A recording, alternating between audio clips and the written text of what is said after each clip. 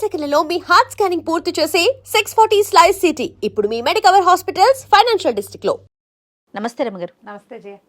కొంచెం వయసు కనిపించగానే వెంటనే ఆంటీ అనేస్తారు, వెంటనే అంకుల్ అనేస్తూ ఉంటారు. అది అంటే ఎట్లా డిసైడ్ చేస్తారో అర్థం కాదు. పెళ్ళి అయిపోయిందంటే కొన్ని వయసు విషయం పక్కన పెడదాం, పెళ్ళి అయిపోతే ఆంటీ అనేస్తారు రమ్మగారు.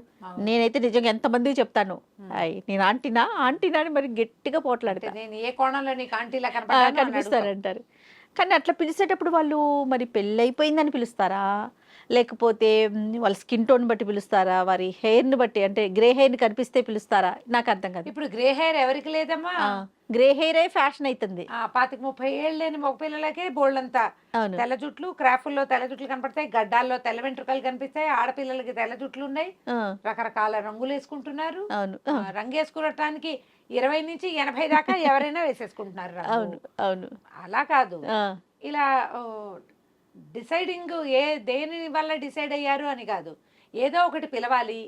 అక్క అన్న కంటే ఈజీగా ఉండేది అంటే ఎంత బాగుంటది రమ్మగారు వినటానికి. అనంతపురం ఆ వైపు వెళ్ళి అక్క అక్క అక్క అక్క అక్క, వాళ్ళు ఎలా తిరుపతి వైపు కూడా అక్కే అంటారు. ఇప్పుడు అన్నిటికీ అక్క అన్న కాదు రమ్మగారు. ఇప్పుడు వైఫ్ అండ్ హస్బెండ్ ఉన్నారనుకోండి, భర్త ఏమో అన్న, భార్య ఏమో అక్క, అంతే. అసలు ఆ పిలుపుకి తిరిగేలేదు. తిరుపతి, అనంతపురము, కడప ఆ వైపు అంతా కూడా ఓనా ఓక. ఇక్కడ మనకు అసలు హైదరాబాద్ సంస్కృతి అయితే ఆంటీ సంస్కృతి. ఆటో వాళ్ళ దగ్గర నుంచి ప్రతి వాళ్ళు ఇప్పుడు కొంచెం మేడం అంట మొదలు పెట్టారమ్మా, ఇవాళ రేపు ఆంటీ అంట కాస్త తగ్గించారు. కానీ అంకుల్ అనగానే కష్టం వస్తుంది కదా. అవును చాలా బాధ అనిపిస్తుంది రమ్మగారు. ఆంటీ అంటే ఎంత బాధో. నా విషయం చెప్తా చూడండి, పర్సనల్. జేపీ తన్ని, అంటే మా హస్బెండ్ తెలుసు కదా, ఎవరు అంకుల్ అని పిలిచినా చాలా హ్యాపీగా రిసీవ్ చేసుకుంటాడు. వెంటనే నాకు ఎంత కోపం వస్తుంది అంటే, నువ్వు అంకుల్ అయితే నేను ఆంటీ అవుతా కదా. ఏజ్ కూడా రమ్మగారు అడగక ముందే నాకింత అని చెప్పేస్తే, ఊరిని నువ్వు ఏజ్ చెప్తే నా ఏజ్ తెలుస్తుంది కదా. అదే కదా, ఏజ్ దాచుకుంటే దాగిద్దా అంటారు. ఇంకా మళ్ళీ పైపెచ్చు నేను కూడా అలాగే అంటా కదా. మీరు కూడా అదే చెప్తారు. నేను అదే అంటాను, ఏజ్ వస్తుంది కదా అంటే నీకు నచ్చదు అంటారు. ఎప్పుడైనా ఏజ్ ఇప్పుడు అది నెంబర్ చేయ. అవును రమ్మగారు. ఇప్పుడు దాంతో మన పెర్ఫార్మెన్స్లు అవి పెద్ద డిఫరెన్స్ ఏముండదు. ఏవో చిన్నవి వయసుతో సహజంగా కొన్ని వస్తూ ఉంటాయి, వాటికి అంత ఆలోచించక్కర్లా.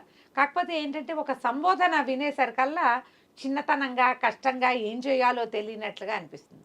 దీనికి సంబంధించి నేను ఒక కథ చెప్తానంటే నమ్ముతావా నువ్వు?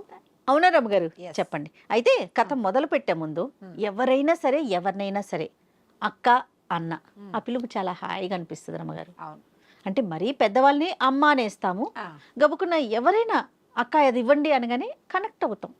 లేదా మనం కూడా అన్న ఇటు రండు, అన్న అటు పెట్టండు, ఈ రెండు పిలుపులకి ఎక్కువగా కనెక్ట్ అవుతాం. అవును కాదా రమ్మగారు? అవును, భయ్యా బెంజీ అంటే బాగుంటుంది. నువ్వు అహ్మదాబాద్ గుజరాత్ వైపు అందరూ బెంజీయే, అందరూ బెహన్లే, అందరూ భాయిలే.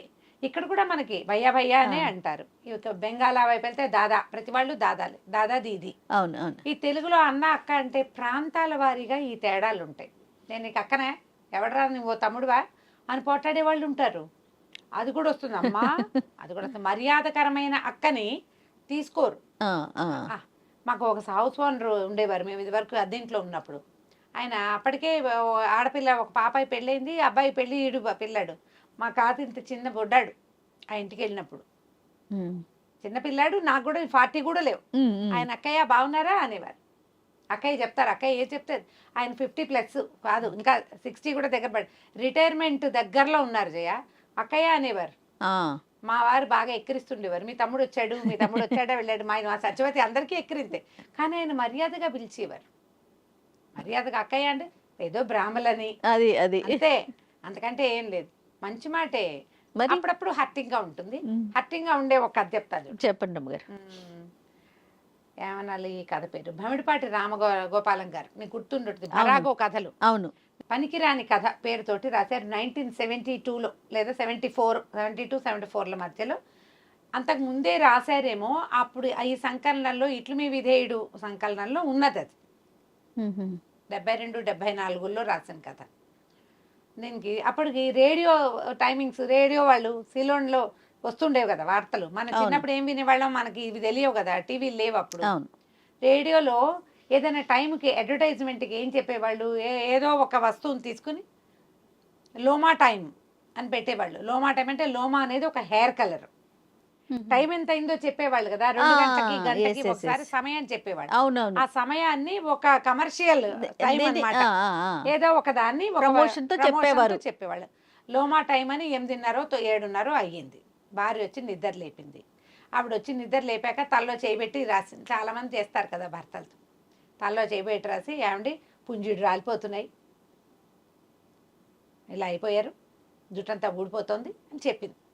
ఆ పోయేది పోతుంది, పోకేమవుతుంది, వయసు రావట్లేదండి, అప్పుడే వచ్చిందా అని ఆవిడ ఏదో కసిరింది. ఈయన తలకాయ దూకున్నారు. కొంచెం అక్కడక్కడ నల్లగా కనపడుతూ జుట్టు, హలో ఓల్డ్ బాయ్ అంటోంది అద్దం. ఈయన ఏ ఊర్లో ఉన్నారు? విశాఖపట్నంలో ఉన్నారు. విశాఖపట్నం నుంచి ఆ రోజు బయలుదేరి ఆయన బెదవాడ వెళ్ళాలి, హైదరాబాద్ వెళ్ళాలి, 2 రకాల పనులు ఉన్నాయి. ఈయన రైటర్గానే తన కథ చెప్పుకుంటున్నారనమాట. రామ్ గోపాలం గారే తన సంగతి చెప్తున్నారు. అయితే ఈవిడ భార్య ఏం చెప్పిందంటే, ఏమంటే కొంచెం జుట్టు రంగేసుకోవచ్చు కదా.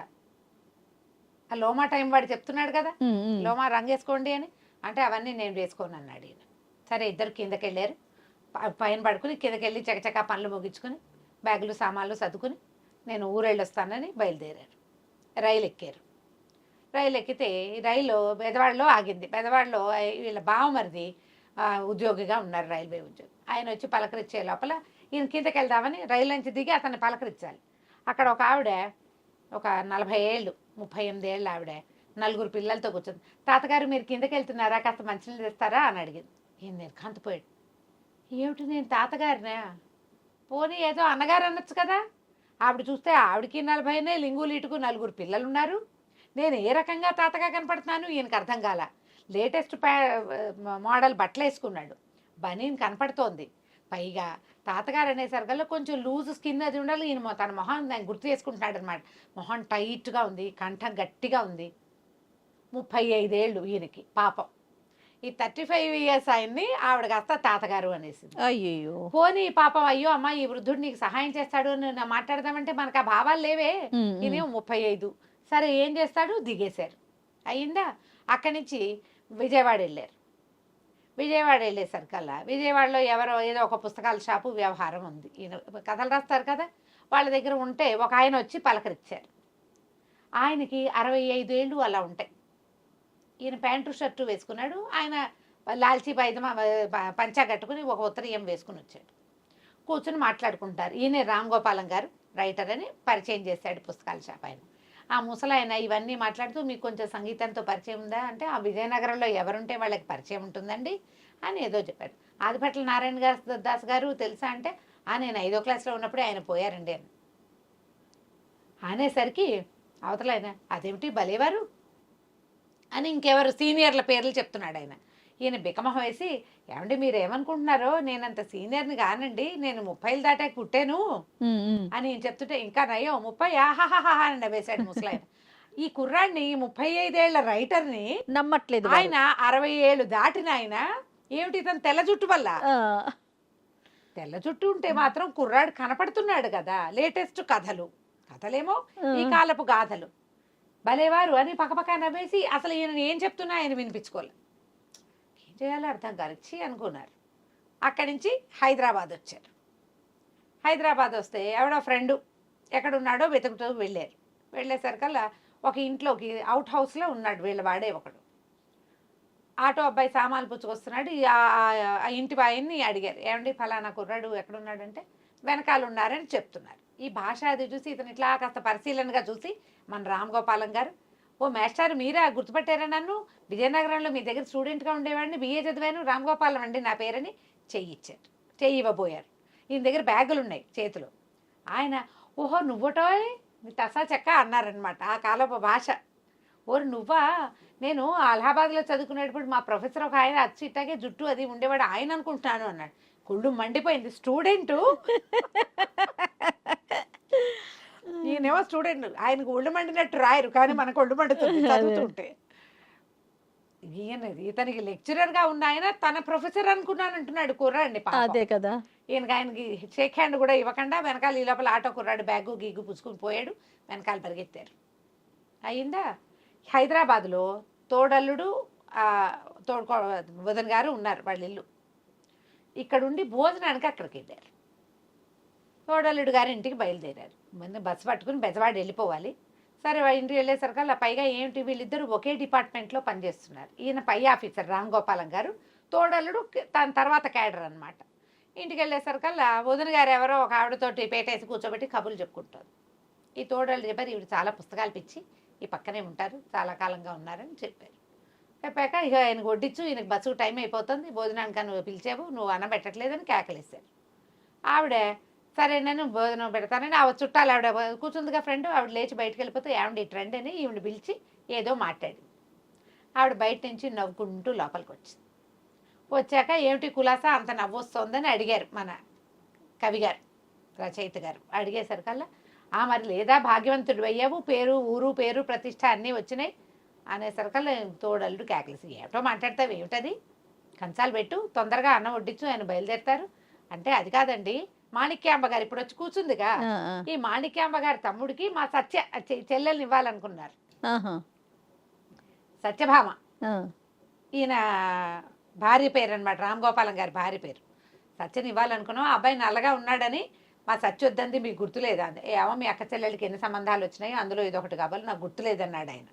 అనేసరికల్లా అది కాదండి, ఆవిడ అడుగుతుంది ఏమిటమ్మా లక్షణమైన పిల్లని ఇంత ముసలాయనకి ఇచ్చారు, రెండో పెళ్ళా మూడో పెళ్ళా అని అడుగుతోంది అన్నది.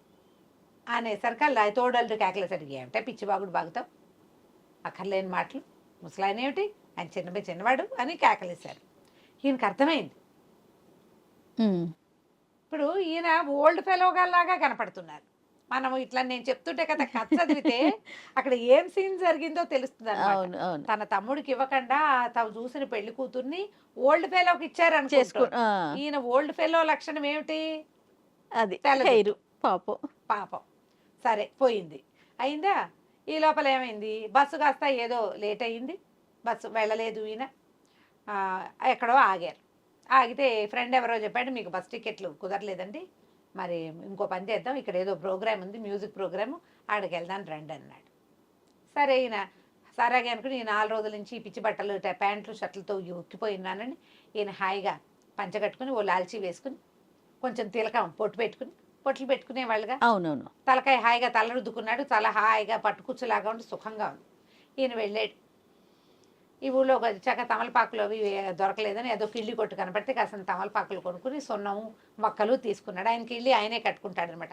పూర్వపు గాథల్లో ఈ తమలపాకులు వేసుకునే వాళ్ళ కథలు విపరీతంగా కనపడతారు. ఇప్పుడు అసలు మానేశారు కదా, కిళ్ళి వేసుకుంటే వెగటుగా చూస్తారు. ఇప్పుడు ఏవో పిచ్చివి నవ్వులుతున్నారు, నిజానికి తమలపాకులే మంచివి. ఈయన ఒక ఎలక్ట్రిక్ పోల్ దగ్గర నిలబడి బస్సు కోసం వెయిట్ చేస్తూ తమలపాకులు చుట్టుకుంటున్నాడు. ఈ లోపల ఒక అమ్మాయి కనపడింది అక్కడ, ఒక ఆవిడ. 3 ఏమో పిల్లలు ఉన్నారు. చూడగా ఈయన గుర్తొచ్చింది, తమ ఎదురింట్లో ఉన్నారు వీళ్ళు.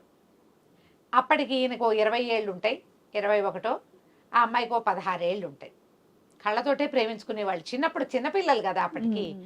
ఈ బాగా చూసి ఆ అమ్మాయి వచ్చి పలకరించింది. అయ్యో ఈ పెళ్లి సంబంధాలు చూసినప్పుడు ఈ గాయత్రిని చేసుకోవాలని ఉండేది ఇతనికి, ఈయనకి. అమ్మ గాయత్రిని చేసుకుంటానంటే గాయత్రి ఎక్కడుందని వెతికారు. వాళ్ళు ఎక్కడున్నారో వీళ్ళ ఆను పాను మాకు తెలియలే వీళ్ళకి. ఈయన గుర్తొచ్చింది. ఈ లోపల ఈయన తోలపాకులు వేసుకున్నాడు, నోటి నిండా ఉన్నాయి. ఆవిడేమో పలకరించింది. నమస్కారం అండి అంది. నేను సుబ్బారావు గారు అమ్మాయి గాయత్రిని, మీ ఇంటి ఎదురుగుండా ఉండేవాళ్ళం, గుర్తొచ్చానా అంది. ఈయన ఇట్లా అన్నాడు. తమలపాకులు ఉన్నాయిగా, గబుక్కుని మాట్లాడితే నోట్లోంచి అమ్మాయి మీద పడుతుంది. ఈయన కొద్దిగా వెనక్కి జరిగాడు. ఆవిడ ఏమడిగిందంటే, మీ అబ్బాయి ఒకటి రామ్ గోపాలని ఉండాలి, ఎక్కడున్నాడండి. ఈయన పరిగెడుతున్నట్టు వెళ్ళిపోయి ఏదో బస్సు వస్తే ఎక్కడికో వెళ్తున్నా వెళ్ళదా అని అడగకుండా బస్సు ఎక్కేసాడు. ఇంటికి వెళ్ళిపోయారు. మర్నాడు ఇంటికి వెళ్ళాక వెళ్తూనే పనిలో పనిచేసే అమ్మాయి ఎదురైతే అప్పారావు సెలూన్ వాడు అనమాట, సెలూన్ అప్పారావుని ఓసారి కేకేసుకురా అని చెప్పేసరికల్లా సత్యభామ లోపల నుంచి వచ్చింది బయటికి. ఆవిడ అడిగింది, ఎందుకండి అప్పారావు అని.